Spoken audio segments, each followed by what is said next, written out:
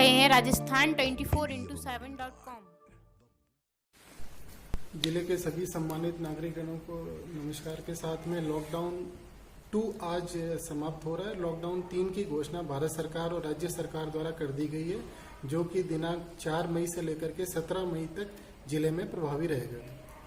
जिले में 144 सीआरपीसी के तहत भी आदेश जारी किए जा चुके हैं, जिसमें सार्वजनिक स्थलों पर 5 और 5 से अधिक व्यक्तियों के एकत्रित होने पर पूर्ण रूप से पाबंदी रहेगी।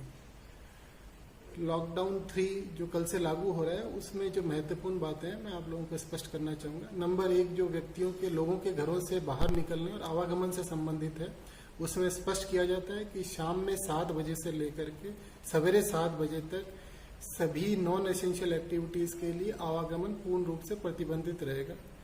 दिन के समय में बिना पास के लिए लोग आवागमन कर सकते हैं, पर मेरा ये एडवाइस रहेगा कि चूंकि जिले में अभी करीब अपने शहर में 4 क्षेत्रों में, थाना क्षेत्रों में कर्फ्यू लगा हुआ है, तो अति आवश्यक कार्यों के लिए ही बाहर निकलें। जो व्हीकल्स का यूज कर सकते हैं वो इस प्रकार से 2 व्हीलर पर 1 सवारी अनुमति की जा रही है और 4 व्हीलर पर ड्राइवर के साथ में 2 सवारी अनुमति की जा रही है। इसके अलावा कोई अगर इसमें कोई वेरिएशन या वायलेशन कोई व्यक्ति करेगा तो उसके खिलाफ में प्रभावी कार्रवाई की जाएगी।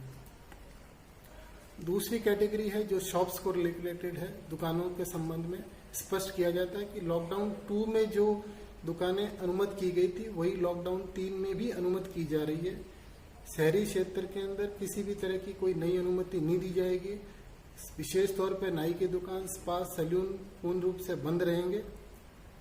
ग्रामीण क्षेत्र के अंदर सभी प्रकार की दुकानें अनुमति कर दी गई है। कंस्ट्रक्शन रिलेटेड एक्टिविटीज शहरी क्षेत्र के अंदर लॉकडाउन 2 में जो कंस्ट्रक्शन एक्टिविटीज अनुमति की गई थी, उसके अलावा कोई नई अनुमति नहीं दी जा रही है। ग्रामीण क्षेत्र के अंदर सभी प्रकार की कंस्ट्रक्शन संबंधी गतिविधियां की जा सकती है बिना अनुमति के भी, वो सभी पूर्णतः अलाउड है। औद्योगिक गतिविधियों के संदर्भ में स्पष्ट करना चाहूंगा कि शहरी क्षेत्र के अंदर जो स्पेशल इकोनॉमिक जोन्स हैं, रिको क्षेत्र है, उसके अंदर औद्योगिक इकाइयों को छूट दे दी गई है, वो अपना काम कर सकते हैं। और साथ ही साथ पैकेजिंग इंडस्ट्री, उत्पादन इकाइयां, संबंधी इकाइयां, वो भी पूर्ण रूप से अनुमति कर दी गई है।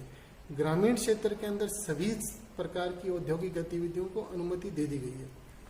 जिले के 6 थाना क्षेत्रों में वर्तमान में कर्फ्यू जारी है। शहर के इन थाना क्षेत्रों में सुखेर, प्रतापनगर, हिरनमगरी और सवीना, और ग्रामीण क्षेत्रों में सलूम्बर और मावली।